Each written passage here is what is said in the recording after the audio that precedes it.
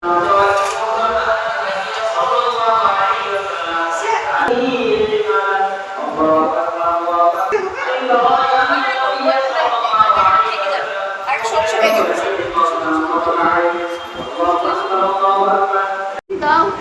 আমরা ভাই ভাই পাড়ায় পাড়ায় হানাহানি না করি। আমরা হিন্দু মুসলমান সব এক সূত্রে বাঁধা এবং একভাবে যেন আমরা চলি, পরস্পর ভাতৃত্বে চলি। আল্লাহ তাআলা এই মহামিলনের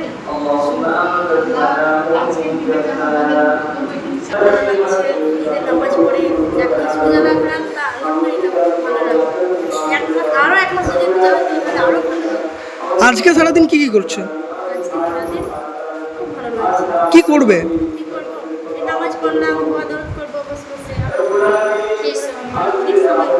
আমি আজকে ঈদের বার্তাতে দিতে চাই যে এই বর্তমান পরিস্থিতিতে মানুষের মধ্যে যে হানাহানি, যে মারামারি, যে চলছে সেইটা যেন মিটে যায়। ঈদ হচ্ছে মহামিলনের জিনিস, সেই মিলনে যেন সবাই সুখে শান্তিতে থাকুক। বিশ্বের হিন্দু মুসলমান বলে কোনো জিনিস না থাকুক, আমরা মানুষ, তাই আমরা সবাই মিলেমিশে মানুষের আত্মা নিয়ে সবার সাথে মিলেমিশে ভাই ব্রাদার হয়ে থাকতে চাই। এই আমার পরিকল্পনা। আজকে এক মাস রোজা রাখার পরে আজকে যে এই পবিত্র ঈদে নামাজ পড়াতে পারলাম আমার মুসলিম আমার ধর্ম মেয়েদেরকে নিয়ে, এতে আমি খুব সুখ শান্তি এবং পেলাম আল্লাহর কাছে, এবং করছি দোয়া করছি যেন ওরাও সুখে শান্তিতে থাকে।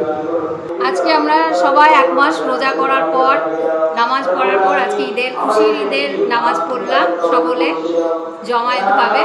আর তারপরে আজকে সবাই আত্মীয় পরিজন বন্ধু বান্ধব বাড়িতে আসবে, তাদের সঙ্গে শান্তিপূর্ণভাবে সুস্থভাবে খুশির ঈদ পালন করব।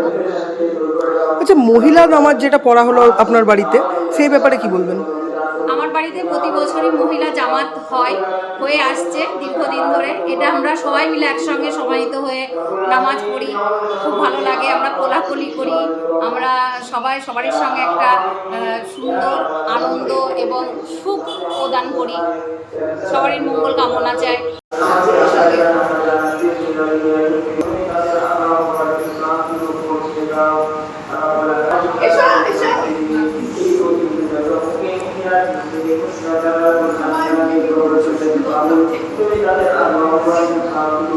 ঈদ মুবারক।